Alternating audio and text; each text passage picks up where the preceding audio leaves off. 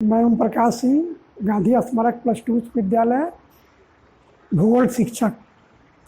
आज हम 9th class का ज्योग्राफी का लेसन 2 में भारत का भौतिक स्वरूप के बारे में बताएंगे आप लोगों को। तो जो भारत का भौतिक स्वरूप है, इसको कई एक नामों से हम लोग जानते हैं।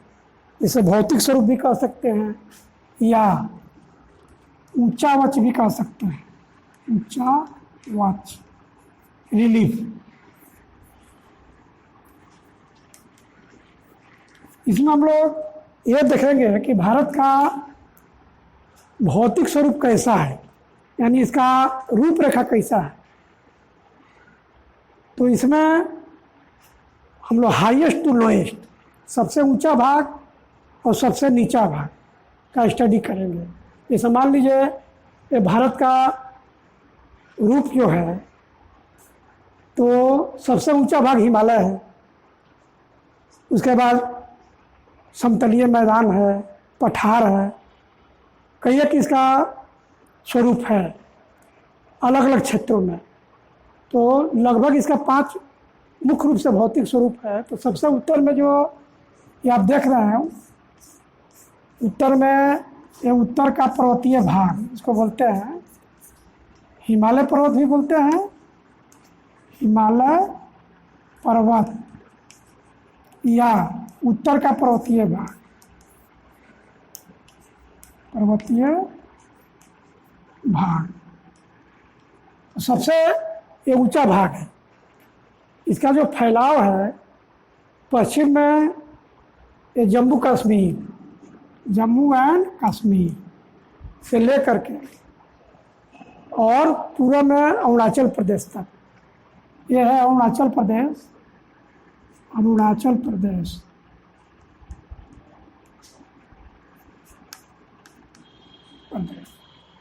लगभग 2400 किलोमीटर फैला हुआ है। पश्चिम से पूर्व तक लगभग ये 2400 किलोमीटर में फैला हुआ है। 2400 किलोमीटर लगभग। ये जो हिमालय पर्वत है, ये भारत को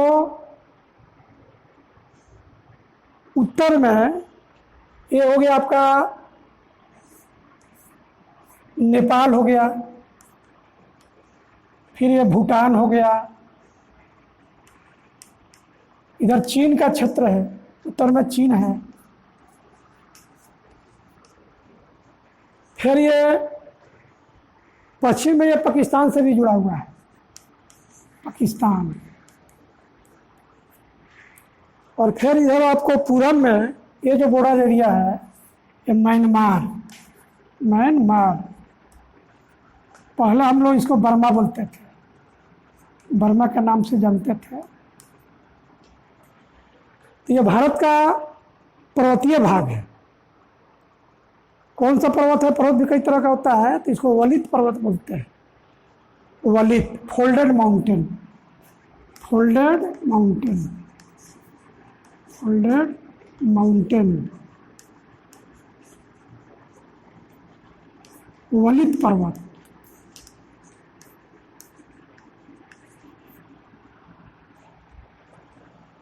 तो वलित पर्वत जो है, फोल्डेड माउंटेन है, ये पहाड़ जो है समुद्र से इसका जन्म हुआ है। ये तो बाद में इसका हम लोग जब स्ट्रक्चर पढ़ेंगे, अभी तो भौतिक स्वरूप पढ़ रहे हैं। इसके बाद जब हम लोग भारत की भौतिक स्वरूप का संरचना, स्ट्रक्चर जब पढ़ेंगे, तो उसमें हम जितने भी हमारा अलग अलग भौतिक स्वरूप है, प्राकृतिक विभाग है, सबके बारे में हम लोग बताएंगे कैसे उसका निर्माण हुआ। अभी केवल हम लोग इसको एक्सटर्नल पोर्शंस के बारे में जान रहे हैं। तो उत्तर का पर्वतीय भाग हो गया। उसके बाद दक्षिण में आइए, 1 नंबर में ये हो गया, मान लीजिए उत्तर का पर्वतीय भाग, उत्तर का पर्वतीय भाग।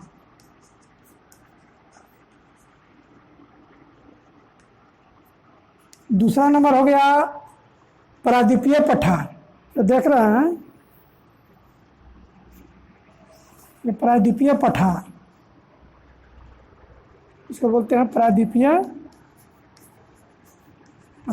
पठार। इसको या दक्कन का पठार भी बोलते हैं, दक्कन का पठार, दक्कन का, या और भी जानते हैं इसको दक्षिण का पठार भी कहते हैं, दक्षिण का पठार। कई एक नामों से जानते हैं, प्रायद्वीपीय पठार कहिए, या दक्कन का पठार कहिए, या दक्षिण का पठार कहिए। यह जो है इसको प्रायद्वीपीय पठार इसलिए कहते हैं कि तीन ओर से यह समुद्र से घिरा हुआ है, तीन तरफ समुद्र होता है। स्थल का वह भाग जो तीन ओर समुद्र से हो और एक तरफ स्थल हो, तो इसको हम लोग प्रायद्वीप कहते हैं। तो इधर हो गया आपका बंगाल की खाड़ी, बंगाल की खाड़ी, इधर हो गया अरब सागर, अरब सागर, और इधर हो गया हिंद महासागर, हिंद महासागर। तीन और समुद्र हो गया। तो ऐसा भाग जो समझ लीजिए प्रायद्वीप किसको कहेंगे, वो ऐसा भाग जो एक तरफ स्थल हो, ये इधर स्थल हो। यह प्रायद्वीपीय पठार जो आप लोगों को बताया, यह भारत का सबसे प्राचीनतम भाग है, सबसे पुराना खंड है ये, पेनिनसुलर इंडिया। इसको हम लोग क्या बोलते हैं, पेनिनसुलर इंडिया भी बोलते हैं, पेनिनसुलर इंडिया।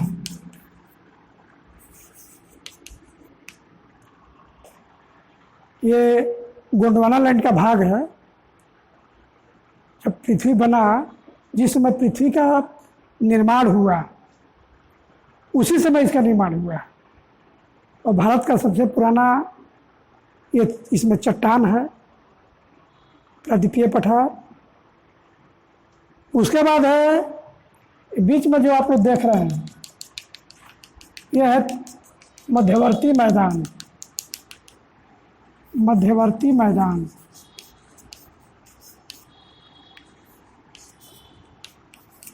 मध्यवर्ती मैदान को गंगा जमुना ब्रह्मपुत्र का मैदान भी बोलते हैं, गंगा जमुना ब्रह्मपुत्र का मैदान, ब्रह्मपुत्र का मैदान। देखिए ये जो मध्यवर्ती भाग है, यानी उत्तर के हिमालय और प्रायद्वीपीय पठार के बीच में, मध्य में गंगा जमुना ब्रह्मपुत्र के द्वारा और उसकी सहायक नदियों के द्वारा यह मैदान का निर्माण हुआ है। बहुत सी नदियां हिमालय से जो निकली इसको भरती गई, प्रायद्वीपीय पठार से जो नदियां गई भी इसको भरती गई, और यह मध्यवर्ती मैदान का बना। और यह मध्यवर्ती मैदान सबसे रिचेस्ट सॉइल है, यहाँ सबसे उपजाऊ, यहाँ की मिट्टी जो है सबसे उपजाऊ है। अधिकांश खेती बाड़ी इसी क्षेत्र में होता है, यानी भारत का खाद्यान्न की आपूर्ति मैक्सिमम इसी क्षेत्र में होता है। एकदम यहाँ देखिए राजस्थान गुजरात से लेकर के फिर आपको इधर आइए पश्चिम बंगाल असम वगैरह का क्षेत्र है, पंजाब हरियाणा उत्तर प्रदेश झारखंड का भी कुछ क्षेत्र है। तो मैक्सिमम मध्यवर्ती मैदान में है, जो भारत के अधिकांश लोगों का खाद्यान्न की समस्या को दूर करता है। तीसरा चौथा हो गया तटवर्ती मैदान। देखिए यहाँ पर ये प्रायद्वीपीय पठार और बंगाल की खाड़ी के बीच में तटवर्ती मैदान हो गया, इसको बोलते हैं पूर्वी तटीय मैदान, पूर्वी तटीय मैदान। उसी तरह प्रायद्वीपीय पठार और अरब सागर के बीच में, यहाँ अरब सागर है और ये देख रहे हैं प्रायद्वीपीय पठार और अरब सागर के बीच में ये भी नदियों के द्वारा बना हुआ है। पतला मैदान है संकरा, लेकिन ये भी उपजाऊ भाग है, और इसको बोलते हैं पश्चिमी तटीय मैदान, पश्चिमी तटीय मैदान, पश्चिमी तटीय मैदान। तो ये हो गया तटवर्ती मैदान। चौथा, तटवर्ती मैदान में 2 भाग हो गया, तटवर्ती मैदान। एक तो हो गया पूर्वी तटीय, पूर्वी, और दूसरा हो गया पश्चिमी, पश्चिमी तटीय मैदान। क्लियर हो गया? तटवर्ती मैदान चौथा नंबर भारत का प्राकृतिक विभाग में। एक तो हो गया पूर्वी तटीय मैदान, दूसरा पश्चिमी तटीय मैदान। पूर्वी तटीय मैदान कहाँ है? प्रायद्वीपीय पठार और बंगाल की खाड़ी के बीच में। पश्चिमी तटीय मैदान की अपेक्षा पूर्वी तटीय मैदान ज़्यादा चौड़ा है। अब आएंगे हम लोग, चौथा नंबर हो गया, पांचवा में आ जाएंगे द्वीप समूह। द्वीप समूह, तो द्वीप समूह भी 2 है। पहला हो गया अंडमान निकोबार द्वीप समूह, अंडमान निकोबार द्वीप समूह। और दूसरा हो गया लक्षद्वीप समूह, लक्षद्वीप समूह। तो दोनों में अंतर क्या है कि अंडमान निकोबार द्वीप समूह, देखिए हम नक्शा में दिखा रहे हैं कि अंडमान निकोबार द्वीप समूह है, ये बंगाल की खाड़ी में है। अंडमान निकोबार द्वीप समूह बंगाली खाड़ी में है। चारों तरफ से पहले ही बताए थे कि द्वीप समूह उसको कहेंगे जो मान लिया बीच में स्थल है और चारों तरफ क्या है? पानी है, बंगाली खाड़ी में। तो ये अंडमान निकोबार द्वीप समूह हो गया। यह लगभग बना हुआ है ज्वालामुखी। भारत में ज्वालामुखी का यहीं पर उदाहरण मिलता है। यह बना हुआ है ज्वालामुखी के द्वारा, ज्वालामुखी के द्वारा। भारत में ज्वालामुखी का एकमात्र उदाहरण अंडमान निकोबार द्वीप समूह में मिलता है। दूसरा द्वीप समूह लक्षद्वीप समूह, यह है बंगाल की, ये अरब सागर में। देख रहे हैं, बताए थे कि प्रायद्वीपीय पठार के पश्चिम में लक्षद्वीप समूह है। तो ये लक्षद्वीप समूह जो है ये छोटा है, अंडमान निकोबार द्वीप समूह से यह छोटा है। यह बना मूंगा के द्वारा। इसका निर्माण जो हुआ है कोरल, ध्यान रखिए दोनों में क्या अंतर है? कोरल रीफ्स या मूंगा। मूंगा एक जीव होता है जो समुद्र में अपना घरौंदा बनाता है, फिर उसका जीवन उसी में समाप्त हो जाता है, फिर उसका पीढ़ी जो बनाते जाता है, एक समय आता है कि समुद्र से ऊपर चला आता है। तो हो गया लक्षद्वीप समूह। तो भारत को 5 प्राकृतिक भागों में बांटा गया। कहीं कहीं पर आप पढ़िएगा कि यहाँ पर थार का मरुस्थल अलग कर देता है, मरुस्थल, लेकिन भी मैदानी भाग कहीं पाठ है। मरुस्थल इसलिए कहते हैं, राजस्थान के क्षेत्र कुछ है थार। भारत का एकमात्र मरुस्थल है थार, उसका नाम है थार, जहाँ पर एटॉमिक ये परीक्षण वगैरह होते रहता है, पोखरण वगैरह है। तो ये तो बारिश कम होता है और ये मरुस्थल रह गया है। तो भारत के मात्र 5 प्राकृतिक भाग हो गए। इसके भौतिक हम बताए थे कि भौतिक स्वरूप कहिए या प्राकृतिक विभाग भी कह सकते हैं। प्राकृतिक विभाग, कहीं कन्फ्यूजन की बात नहीं होनी चाहिए। भौतिक स्वरूप या ऊंचावच कहिए, रिलीफ कहिए या प्राकृतिक विभाग कहिए, सब एक ही है। यानी भारत का स्वरूप कहाँ पहाड़ है, कहाँ पठार है, कहाँ मैदान है, कहाँ ये समतल है, कहाँ उबड़ खाबड़ है। तो उसी को हम भौतिक स्वरूप का अध्ययन ये स्टडी करते हैं, प्राकृतिक विभाग भी बोलते हैं या ऊंचावच भी बोलते हैं। तो मुख्य रूप से भारत के 5 भौतिक विभाग हो गए, क्लियर हो जाना चाहिए। पहला उत्तर का हो गया क्षेत्र, ये हो गया हिमालय ये का पर्वतीय भाग कहिए या उत्तर का पर्वतीय भाग कहिए। उसके बाद हो गया प्रायद्वीपीय पठार या दक्कन का पठार कहिए या दक्षिण का पठार कहिए। और प्रायद्वीपीय पठार और हिमालय के बीच में ये मध्यवर्ती मैदान या गंगा जमुना ब्रह्मपुत्र का मैदान, जिसे हम बात किए थे, मुख्य नदी है गंगा जमुना ब्रह्मपुत्र, लेकिन इसकी बहुत सारी सहायक नदियाँ भी हैं। तो सबके द्वारा लाए हुए मिट्टी के द्वारा ये बना हुआ है। आपको जानकारी होना चाहिए कि ये जहाँ पर आज हिमालय है, जहाँ पर आज हिमालय हम लोग देख रहे हैं, वहाँ पे एक समुद्र हुआ करता था जिसका नाम था तेथिस सागर। तेथिस सागर बाद में हम लोग स्टडी करेंगे, जब इसकी संरचना पढ़ेंगे तो इसकी उत्पत्ति हिमालय कैसे हुई, तो हम लोग उसका स्टडी करेंगे। तो यहाँ पर तेथिस सागर था और यह भरा तो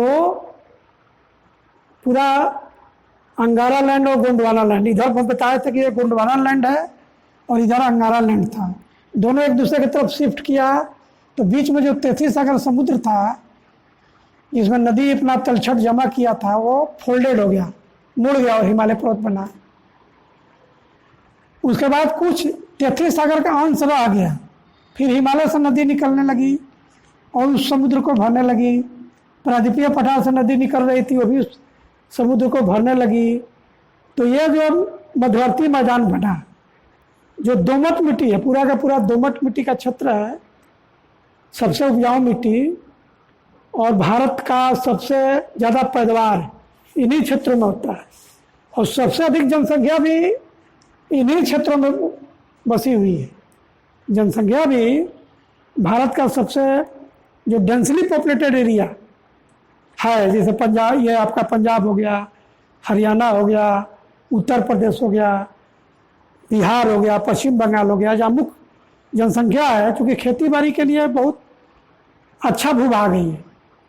तो दूसरा हो गया। फिर तीसरा हम लोग पढ़े तटवर्ती मैदान, पूर्वी तटीय मैदान, पश्चिमी तटीय मैदान। पूर्वी तटीय मैदान क्या हो गया? प्रायद्वीपीय पठार और बंगाल की खाड़ी के बीच में। और पश्चिमी तटीय मैदान प्रायद्वीपीय पठार और पश्चिमी घाट भी इसको बोलते हैं, दोनों के बीच में। उसके बाद द्वीप समूह हम लोग पढ़ लिए कि भारत में 2 द्वीप समूह है। पहला तो हो गया अंडमान निकोबार द्वीप समूह, बंगाल की खाड़ी में, ये बड़ा द्वीप समूह है। और दूसरा है लक्षद्वीप समूह। इसका निर्माण हुआ है ज्वालामुखी के द्वारा। इसका निर्माण हुआ है मूंगा, मुख्य रूप से कोरल्स, एक समुद्री जीव बताया हम, मूंगा जब हम लोग पहनते भी हैं तो उसके द्वारा बना हुआ है। तो ये भारत के 5 भौतिक विभाग हैं और ये भारत का एक अपना प्राकृतिक पहचान है, जो हम लोग पढ़े अभी कि भारत का भौतिक स्वरूप। तो मेन पॉइंट्स आप लोग इसको नोट्स कर लीजिए। पहला तो हो गया कि निम्नलिखित में विभाजित किया, हम लोग पहले भी डिस्कस किया, हिमालय पर्वत श्रृंखला। हिमालय विश्व की सबसे ऊंची पर्वत श्रेणी है, 24 किलोमीटर में फैला हुआ है पश्चिम से पूरब। और इसका जो चौड़ाई है, इसकी चौड़ाई है 250 से 300 किलोमीटर। ये तो लंबाई हो गया पश्चिम से पूरब तक, यानी जम्मू कश्मीर से लेकर अरुणाचल प्रदेश तक ये हो गया 24 किलोमीटर। और इसकी चौड़ाई 250 से लगभग 300 किलोमीटर इसकी चौड़ाई है। कई एक श्रृंखला इसकी है, हिमालय का कई एक श्रृंखला में बांटा गया है, जैसे कि greater Himalaya, middle Himalaya, lower Himalaya, कई भाग बांटा गया है इसको। दूसरा है उत्तरी मैदान। उत्तरी मैदान 3 प्रमुख नदी है, सिंधु, गंगा एवं ब्रह्मपुत्र, और बहुत सारी इसकी सहायक नदियाँ भी हैं, जिसका जिक्र हम पहले भी किए हैं। यह मैदान लगभग 7 लाख वर्ग किलोमीटर में फैला हुआ है। यह मैदान लगभग 24 किलोमीटर लंबा एवं 240 से 320 किलोमीटर चौड़ा है। तीसरा है प्रायद्वीपीय पठार। इस पठार के 2 मुख्य भाग हैं, मध्य उच्च भूमि तथा दक्कन का पठार। मध्य उच्च भूमि पश्चिम से चौड़ी है लेकिन पूर्व में संकीर्ण है, नैरो। उसके बाद दक्षिण का पठार पश्चिम में ऊंचा, पूर्व की ओर कम ढाल वाला है, जिसे स्थानीय रूप से मेघालय, काबी एगलोक, पठार तथा अन्य नाम से जानते हैं। भारत के मरुस्थलीय भाग, ये मध्यवर्ती, ये मैदान का ही पार्ट है, अरवली पठार के पश्चिम में। तटीय मैदान बात की हम पहले भी, पूर्वी तटीय मैदान, पश्चिमी तटीय मैदान। द्वीप समूह, 2 द्वीप समूह हैं, अंडमान निकोबार द्वीप समूह और लक्षद्वीप समूह। तो इस पॉइंट्स को नोट कर लें और लेसन 2 के लास्ट में जो अभ्यास प्रश्न दिया हुआ है उसको आप सॉल्व करें। कोई भी दिक्कत होता है तो आप ऑनलाइन या ऑफलाइन आप पूछ सकते हैं। धन्यवाद।